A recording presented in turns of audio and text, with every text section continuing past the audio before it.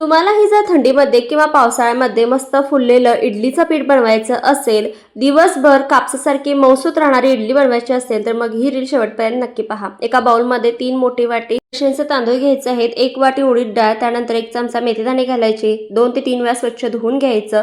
हे बुडे इतपत पाणी घालायचं आणि एक 5 तास भिजत घालायचं आहे. सकाळी 8च्या दरम्यान हे तांदूळ भिजत घालायचे आहेत. दुपारी 2 वाजता हे तांदूळ दळण्यासाठी घ्यायचे आहेत.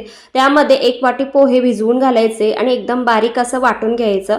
इडली छान स्पॉन्जी आणि मऊसूत होण्यासाठी आणि पीठ चांगलं फुलण्यासाठी वेळेचं महत्त्व सुद्धा तितकंच आहे. तर सगळं पीठ अशा पद्धतीने वाटून घ्यायचं आहे. यामध्ये साखर 1 चमचा आणि मीठ अर्धा चमचा घालायचं आहे.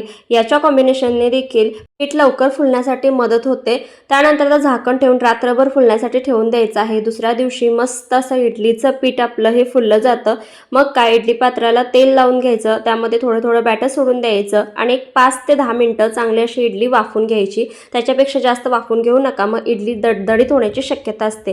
मस्त कापसासारखी इडली ते तयार होते. मग वाट कसली पाहताय, नवनवीन रेसिपींसाठी पटकन फॉलो करा आणि लाईक करायला विसरू नका.